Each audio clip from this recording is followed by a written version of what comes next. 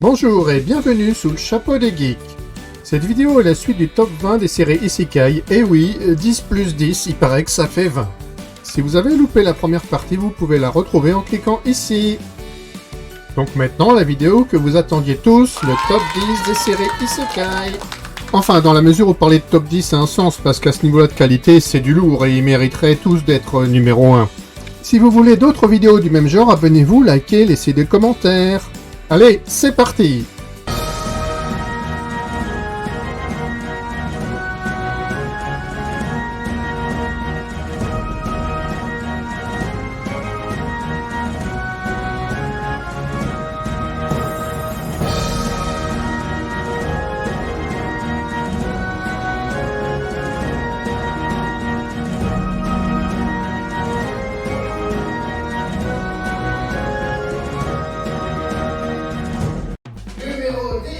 Fairy Kensuke Spirit Chronicle. Pour une raison inconnue, les souvenirs et la personnalité de Haruto, qui vient de mourir, se réincarnent dans le corps de Ryo. Mais leurs souvenirs et leur personnalité se retrouvent mélangés. Grâce à ses capacités magiques naissantes, il sauve presque par hasard une princesse du royaume. Il reçoit en récompense une autorisation de scolarisation dans l'Académie royale, une école pour les personnes riches et puissantes qui le voient comme un paria qui n'y a pas sa place. Razero Kara Hajimero Isekai Seikaitsu. À la sortie d'une supérette, Subaru est transporté dans un monde médiéval fantastique sans aucun pouvoir et sans savoir se battre. Dès le premier jour, il se fait tuer. Fin de l'histoire. Au revoir. Bon, évidemment non. Qu'il le veuille ou non, à chaque fois qu'il meurt, il revient quelques jours dans le passé. Mais il ne contrôle rien. Il est condamné à revivre les mêmes choses en boucle encore et encore jusqu'à ce qu'il s'en sorte. Il peut même pas se suicider le gars. S'il survit, il continue à vivre, que les choses se soient bien passées ou non.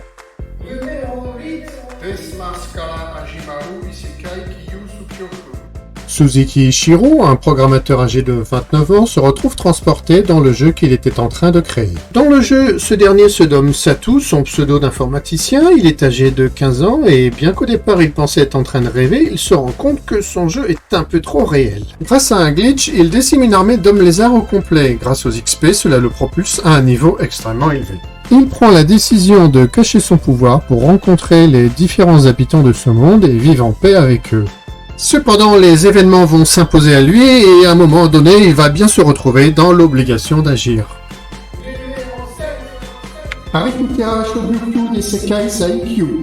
Hajime Nagumo se retrouve transporté avec toute sa classe dans un autre monde.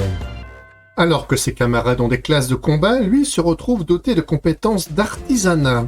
Par jalousie amoureuse, un camarade tente de le tuer dans un combat, Hajime chute dans les tréfonds d'un donjon et est laissé pour mort.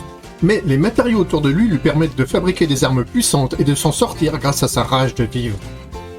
Furieux d'avoir été trahi, au lieu de rejoindre ses camarades, il quitte la région sans révéler qu'il est toujours vivant.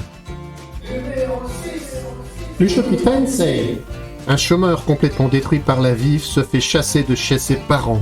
Il aperçoit une ancienne camarade de classe sur le point de se faire renverser, il la pousse et se fait renverser à sa place. Suite à ça, il meurt puis se retrouve réincarné. Il se réincarne bébé dans un monde médiéval fantastique. Il est alors fils d'un épéiste et d'une ancienne aventurière. Bien décidé à faire quelque chose de sa nouvelle vie, il va essayer de devenir magicien. C'est très cliché dans l'introduction, mais pas du tout dans la mise en œuvre. Cet animé vise un public adulte.